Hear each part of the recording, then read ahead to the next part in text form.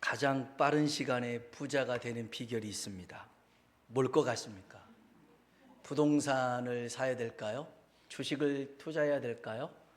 아니면 카지노에 가서 이렇게 땡겨야 됩니까? 가장 빠른 시간에 부자가 되는 비결은 부자와 결혼하는 것입니다. 그러면 가장 빨리 부자가 될 수 있습니다. 마찬가지로 가장 빠른 시간에 우리가 세상 가운데 승리하는 비결은 예수님을 믿는 것인 줄로 믿습니다. 승리하신 예수님을 믿으면 우리는 그의 신부가 되고 승리자 되신 신랑과 함께 우리도 승리하며 살게 될 줄로 믿습니다. 부부가 된다라고 하는 것은 공유하는 겁니다. 공유하는 거예요. 그래서 우리가 예수님 믿고 주만 의지하면 세상 가운데 가장 모든 일에 승리하게 될 줄로 믿습니다. 여러분, 주님을 믿는 것은 주님의 마음을 아는 것이고 그 마음을 품는 것이고 그 마음을 공유하는 것인 줄로 믿습니다. 그래서 빌립보서 2장 5절에는 우리에게 예수님의 마음을 품으라고 일러주고 있습니다. 같이 한번 읽어볼까요? 너희 안에 품으라 곧 그리스도 예수의 마음이니. 아멘. 우리가 품어야 될 마음은 예수 그리스도의 마음인 줄로 믿습니다. 주님의 마음을 가장 잘 설명해 주는 말씀이 오늘 본문인데요. 어떤 사람에게 양 100마리가 있었습니다. 몇 마리 있었다고요? 100마리 있었습니다. 많을까요? 적을까요? 많아요? 여러분 수준이 이거밖에 안 됩니까? 100마리가 많으면 곤란한데, 아무튼 이 100마리의 양 중에 한 마리를 잃었습니다. 딱 한 마리를 잃어버린 겁니다. 그런데 이 사람은, 이 목자는 99마리, 99마리의 양을 들에 두고 한 마리의 양을 찾아 떠납니다. 자, 우리 이 사람의 행동을 한번 판단해 봅시다.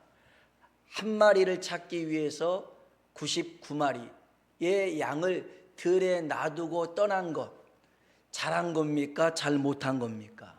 어떻게 생각하세요?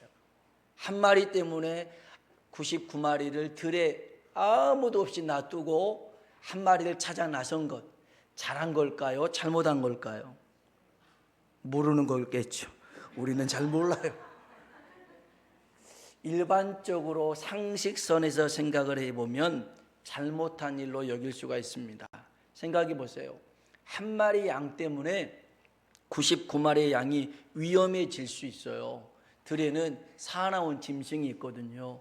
늑대도 있고 사자도 있고 그래요. 그러면 한 마리 때문에 99마리가 잡혀 먹이면 안 되잖아요.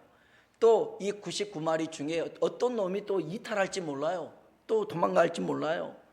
그리고 이 목자가 언제 찾아서 언제 돌아오겠다는 보장이 없잖아요. 그러면 그 기간 동안 이 99마리는 배고프잖아요. 소나기라도 내려봐요. 다 홀딱 적잖아요. 얼마나 힘들겠어요. 그런데 이 목자는 이런 것 염두하지 않고 한 마리의 양을 찾아 떠납니다. 떠나요. 그리고 그 잃어버린 양을 찾아요. 다행이죠. 근데 이 목자가요, 찾아서 끝이 아니라 찾은 게 너무 기뻐서 친구들, 이웃들을 불러다가 잔치를 베풉니다. 잔치를 베풀어요. 이거는 배보다 배꼽이 더 큰 상황입니다. 양 한 마리 기껏해야 한 20만 원, 30만 원인데 이 여러 사람들 짜장면 한 그릇씩 먹어도 엄청나게 그 양값보다 더 많이 나가는 그 일을 하는 거예요. 왜 이렇게 미련한 짓을 하는지. 근데 이 이야기의 결말이 뭐냐면 누가복음 15장 7절이에요. 같이 한번 읽어봅시다. 내가 너희에게 이르노니 이와 같이 죄인 한 사람이 회개하면 하늘에서는 회개할 것이 없는 의인 99으로 말미암아 기뻐하는 것보다 더하리라. 아멘. 아멘. 죄인 한 명이 회개하면 이미 하늘에 있는 회개할 것이 없는 의인 99명의 기쁨보다 더 큰 기쁨을 누리시는 분이 누구냐? 하나님이신 줄로 믿습니다.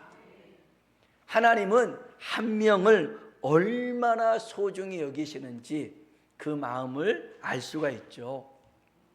이스라엘 목자들은요, 양들에게 이름을 다 붙여줍니다. 100마리의 양이 있으면 100마리에게 다 이름을 붙여주는 거예요. 이름을 붙여준다라고 하는 것은 특별한 의미가 있더라는 거예요. 나는 얘한테 애정이 있어, 관심이 있어, 얘 내 거야, 이런 식으로 되어지잖아요. 제가 아산에서 사역을 할 때 개를 키웠어요. 안에다 키우지는 않고 밖에다 키웠어요. 그래서 무서워하는 사람들이 있어서, 그래서 개를 여러 마리 키웠는데 개 이름이 이래요. 순종, 충성. 무슨 말인지 알겠죠? 너는 순종이야, 우리 순종이 충성. 또 한 마리는 희망이었어요. 희망. 그러니까 이게 그 개를 키우는 목적은 저는 보신용이 아니었어요. 어떤 분은 개를 키우는 목적이 이름에 나와요. 개 2마리를 키우는데 수육, 전골, 이렇게 나중에 키워서 잡아먹겠다는 뜻이에요. 근데 저는 이제 순종, 충성, 희망 이렇게 했는데, 이제 한꺼번에 키운 건 아니고요. 순종이가 죽고 뭐 충성 이렇게 희망이가 이제 되었는데, 같이 키우다 보니까 이제 가족들도 먹을 걸 챙겨주기도 하고 잠자리도 살펴주기도 하고 그러잖아요. 어느 순간에 보니 저는 그냥 개였는데 저희 작은 아이한테는 가족이 되어 있더라고요. 잠자기 전에 기도하는데 이렇게 그 아이가 기도를 했어요. 하나님, 우리 아빠와 우리 엄마와 우리 언니 그리고 우리 희망이를 지켜주세요. 축복해 주세요. 나는 개를 축복하는 이유가 뭔지 모르겠어요. 개를 축복하면 개가 어떻게 되는 건지 모르겠지만, 얘한테는 그냥 우리 소유가 그냥 소유가 아닌, 개가 아닌 가족이구나, 이런 생각을 들었어요. 이스라엘 목자들에게는요, 양은 소유한 물건 이상의 가족이었어요. 그래서 한 마리의 양은 한 마리의 그냥 가족이에요. 그 가족을 잃어버린 채로 돌아올 수가 없었다는 것이죠. 제가 이 말씀을 준비하면서 잘 아는 말씀이었는데 여러 번 읽었는데 이 한 구절이 제 마음에 딱 꽂혔던 말씀이 있어요. 제 마음을 울렸던 말씀이 있어요. 그게 4절입니다. 누가복음 15장 4절 읽어볼까요? 너희 중에 어떤 사람이 양 100마리가 있는데 그 중에 하나를 잃으면 99마리를 들에 두고 그 잃은 것을 찾아내기까지 찾아다니지 아니하겠느냐. 아멘. 여기 보면요, 그 잃은 것을 찾아내기까지 찾아다니지 아니하겠느냐라는 거예요. 찾는 신용만 하지 않았다는 거예요. 몇 번 찾다가 포기해서 그만둔 게 아니라는 거예요. 찾을 때까지 포기하지 않았다는 거예요. 찾을 때까지 포기하지 않아요. 하나님이 우리를 찾는데 찾을 때까지 포기하지 않는 줄로 믿습니다. 찾고 나서는 어떻게 했는 줄 아세요? 우리 누가복음 15장 5절입니다. 읽어봅시다. 또 찾아낸즉, 아멘. 찾아냈을 때 어떻게 됐어요? 즐거워했어요. 그 다음에요, 어깨에 맸어요. 여러분, 찾아냈을 때 두들겨 팬 게 아니었어요. 야, 너 어디 갔다 이제 오는 거야? 내가 너 때문에 얼마나 고생했는지 알아? 막 두들겨 패거나 아니면 질질 끌고 온 게 아니었어요. 너무 즐거워서 어깨에 메고 왔더라는 거예요. 어깨에 메고 왔어. 이게 하나님의 마음인데 이것을 우리가 알 수 있는 게 있어요. 가끔 어린 자녀를 잃어버릴 때가 있잖아요. 그러면 그 아이를 찾는 부모의 모습을 보면 잘 다니던 직장도 그냥 때려쳐요. 그리고 가정도 완전히 그냥 가정이 아닌 거예요. 그리고 일상적인 정상적인 생활을 하지 못해요. 그 잃은 자식을 찾으려고 수천만 원을 들어서 전단지를 만들고 현수막을 붙이고 그러면서 찾더라는 거예요. 1999년 송혜이라는 고등학생 아이를, 집에 돌아오는 아이였는데 실종됐어요. 행방불명이 됐어요. 1999년이면 벌써 25, 6년 된 거 아닙니까? 근데 그 아버지 송길용이라는 사람이 그 딸을 찾겠다고, 죽지 않았을 거라고 생각하면서 그 딸을 찾겠다고 전국 방방곡곡을 다니면서 현수막을 붙이고 전단지를 뿌려가면서 찾아요. 돈이 있어서가 아니에요. 그 전단지 현수막 붙일 돈이 없으면 노가다를 하는 거예요. 트럭에서 잠을 자고 먹고 그러면서 딱 하나 딸아이 찾겠다고, 그 딸 찾겠다고 아내도 우울증에 이렇게 해서 또 죽었어요 먼저. 그래서 이 송기룡이라는 아버지의 소망은 딱 하나, 그 딸을 찾는 거였어요. 그런데 작년 8월 달에 덤프 트럭하고 사고가 나가지고 교통사고로 돌아가셨어요. 얼마나 가슴 아픈 일입니까? 그럼에도 이 분의 소망이 딱 한 가지였어요. 딸아이 얼굴 한 번만 볼 수 있었습니다. 그게 자녀 잃은 부모의 마음 아니겠어요? 여러분, 이스라엘 목자를 빗댄 하나님의 마음은 세상의 한 사람, 그 한 생명이 하나님의 아들이요 하나님의 딸인 줄로 믿습니다. 예전 찬양 중에 그날이라는 찬양이 있었어요. 가사가 이래요. 사망의 그늘에 앉아 죽어가는 나의 백성들, 절망과 굶주림에 갇힌 저들은 내 마음의 오랜 슬픔. 아마 이것은 북한에 살고 있는 사람들을 빗대어서 이 가사를 썼다. 고용원 전도사님과 지금은 고분이 쓴 것이기도 한데 그것만이 아니에요. 사망의 그늘에 앉아 죽어가는 나의 백성들, 절망과 굶주림에 갇힌 저들은 내 마음에, 하나님 마음에 오랜 슬픔이었더라는 거예요. 고통의 멍에 매여 울고 있는 나의 자녀들, 나는 이제 일어나 저들의 멍에를 꺾고 눈물 씻기기 원하는데. 그 다음은 이래요. 누가 내게 부르짖어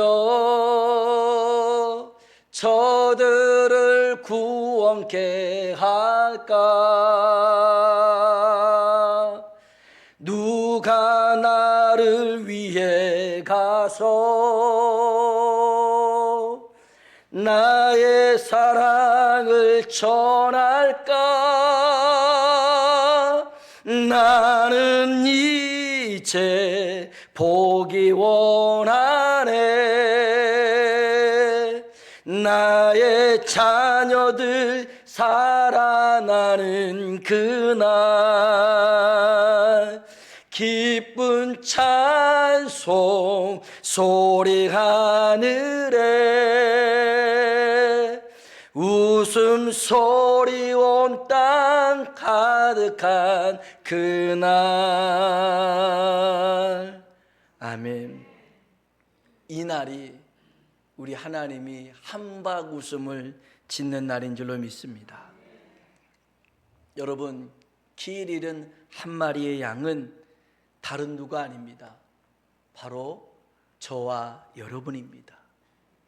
주님께서는 길 잃고 헤매며 사나운 짐승에 잡아먹힐 위험에 있는 우리를 구원하시려고 하늘 보좌에서 내려오셔서 육신을 입고 이 땅에 오셔서 십자가의 죽으심으로 우리를 구원하신 줄로 믿습니다. 내가 길 잃은 한 마리의 양이라는 것을 깨달으면 우리가 할 수 있는 것은 감사밖에 없는 줄로 믿습니다. 오늘 내가 한 마리의 길 잃은 양일 뿐만 아니라 내 주변에 보면 또 길 잃은 한 마리의 양이 있습니다. 그들에게 조금만 더 관심을 갖고 나아가면 그들을 살릴 수 있게 될 줄로 믿습니다. 한 생명을 주님께 인도하기 위해서 우리가 기억해야 될 세 가지가 있습니다. 이것은 주님께서 우리를 위해서 하셨던 일인데요, 그 첫 번째로는 눈물의 기도가 있었더라는 겁니다. 눈물의 기도가 있어야 한 생명을 구원할 수가 있습니다. 세상에서 가장 아름다운 보석이 있다면 그건 다이아몬드가 아닙니다. 그것은 진주가 아닙니다. 그것은 눈물인 줄로 믿습니다. 눈물은요, 사람을 변화시키는 능력이 있어요. 제 동기 목사가 반달이라고 요즘 그러더라고요. 반달이 뭔지 아십니까? 반건달을 반달이라고 하더라고요. 그래서 영화배우 중에서도 반달이 있대요. 반건달. 처음 알았네요. 아무튼 이 목사님이 반달이었어요. 반건달이었어요. 본 주변에서 이 목사님을 가만두지 않았어요. 그랬는데 어느 날 어찌어찌해서 경찰서에 갔네요. 그래서 경찰서에 가서도 막 어깨 바짝 이러고 있었는데 엄마가 온 거예요. 엄마가, 이 목사님 엄마가 와서는 그 경찰한테, 형사 앞에서 무릎을 꿇고 잘못했다고 빌면서 눈물을 흘리는 거예요. 내 엄마가, 나는 이렇게 버티고 있는데 와서는 무릎을 꿇고 잘못했다고 비니까 그 엄마의 눈물을 보고서는 이 반달 생활을 접어야겠구나, 이 길은 내 길이 아니겠구나 싶어서 바로 그 길로 나와서 군대에 가고 그 다음에 신학을 해서 지금 목회를 하고 있어요. 이 목사님이 변화받은 건 다른 게 아니었어요. 어머니의 눈물이었어요. 여러분, 눈물은 사람을 변화시키는 줄로 믿습니다. 이 눈물이 사람만 변화시키는 게 아니에요. 하나님을 변화시켜요. 하나님을 감동시켜요. 시편 50편 11절 51편 17절에 있는 말씀이에요. 같이 한번 읽어볼까요? 하나님께서 구하시는 제사는 상한 심령이라. 하나님이여 상하고 통회하는 마음을 주께서 멸시하지 아니하시리라. 아멘. 하나님이 구하시는 제사는요, 상한 심령이래요. 아주 멋들어지게 풍성하게 하나님 앞에 예물과 제물을 드리는 그런 예배를, 제사를 하나님이 원하는 게 아니라 하나님은 상한 심령, 상하고 통회하는 마음을 가지고 눈물을 흘려가면서 기도하는 그 기도를 하나님이 기뻐하시는 줄로 믿습니다. 그걸 하나님이 받으시는 거예요. 오늘 우리가 우리 자녀를 위하여, 우리가 내 주변에 이른 양을 위하여 이 눈물로 기도할 수 있길 주의 이름으로 축복합니다. 두 번째로는요, 땀을 쏟아야 됩니다. 땀을 쏟는 수고와 헌신이 있어야 되는데요, 땀이라고 하는 것은요, 가만히 있으면 나는 게 아닙니다. 움직여야 됩니다. 힘을 써야 됩니다. 애를 써야 됩니다. 그러면 땀이 나잖아요. 땀이 나. 여러분, 하나님은 사람에게 땀을 흘려야 열매를 맺는다 말씀하셨어요. 창세기 3장 19절 볼까요? 읽어봅시다. 내가 흙으로 돌아갈 때까지 얼굴에 땀을 흘려야 먹을 것을 먹으리니 내가 그것에서 취함을 입었음이라. 아멘. 얼굴에 땀을 흘려야 먹을 것을 얻는데요. 여러분, 그래서요, 열매는 흘린 땀에 비례하는 거예요.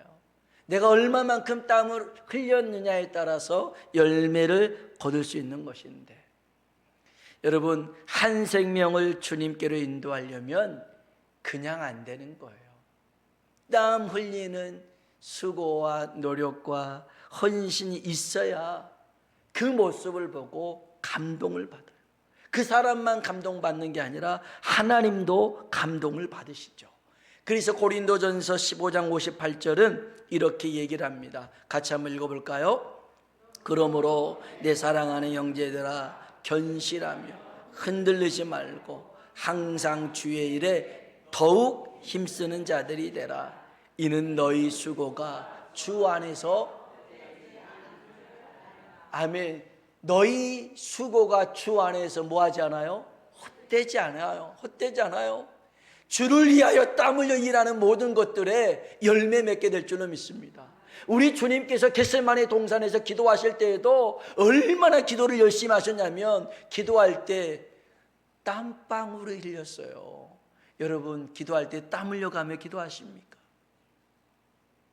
어느 순간부터 땀 흘린다는 것이 우리에게 없어졌어요. 너무 편하게 기도하고 있지 않습니까?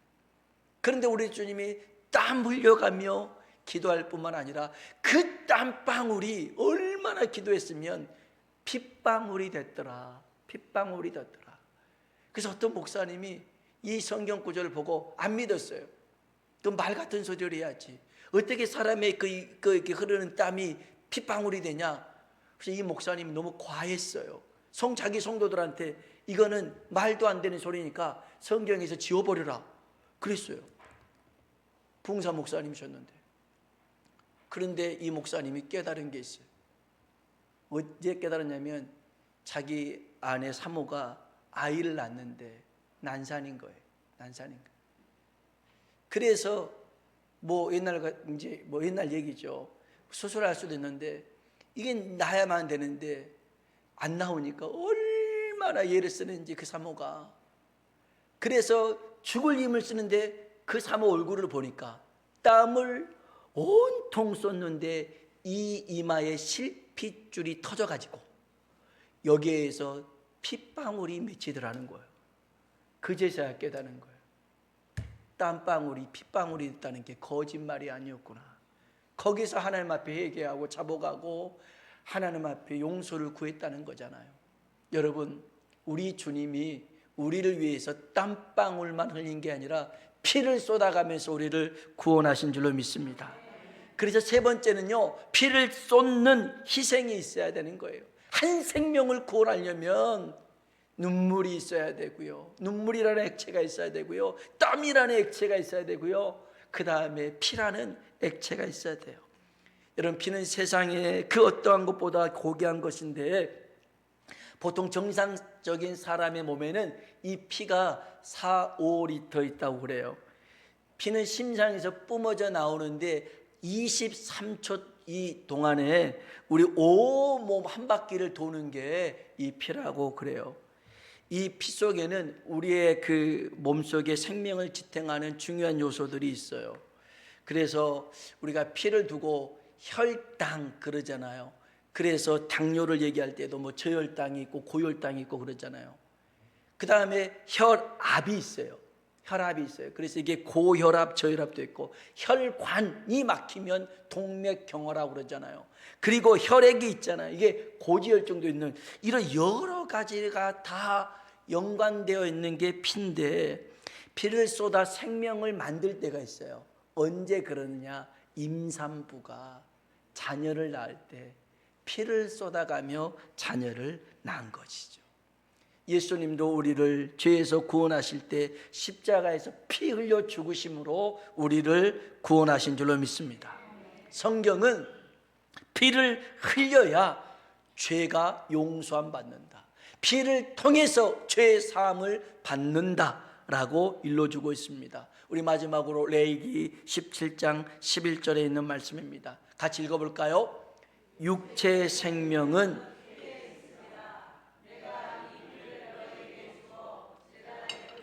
너희의 생명을 위하여 속죄하게 하였나니, 생명이 피에 있으므로 피가 죄를 속하느니라. 아멘. 생명이 어디에 있어요? 피에 있어요. 생명이 피에 있대요. 그래서 그 피가 죄를 속한다. 예수 그리스도께서 그 생명, 십자가에서 못 박혀 죽으심으로 피를 쏟음으로 말미암아 우리의 모든 죄를 사시고 구원하여서 하나님 자녀 삼아주신 줄로 믿습니다.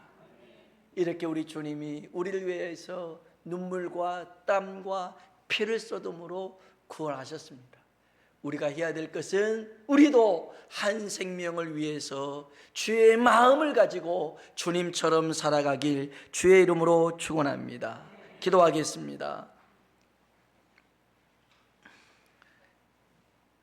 한 생명을 가족처럼 여긴다면, 한 생명을 내 자녀처럼 여긴다면 우리는 그냥 지나치지 못할 겁니다. 그를 보고 그냥 지나칠 수가 없죠.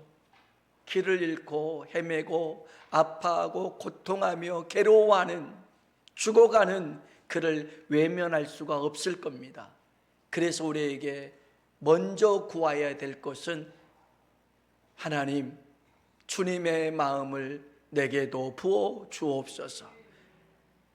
한 마리의 양을 위하여 찾아 헤매는 그 수고를 마다하지 않고 찾았을 때 어깨에 메고 즐거워했던 그런 주의 마음을 우리에게 허락하여 주시고, 눈물의 기도와 땀을 쏟는 헌신과 피를 쏟는 희생으로 그 생명을 주님께로 인도하는 우리가 되게 하여 주옵소서. 우리 다 같이 주님 이름 한번 부르고 기도합니다.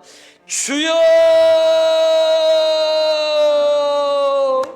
하나님 아버지,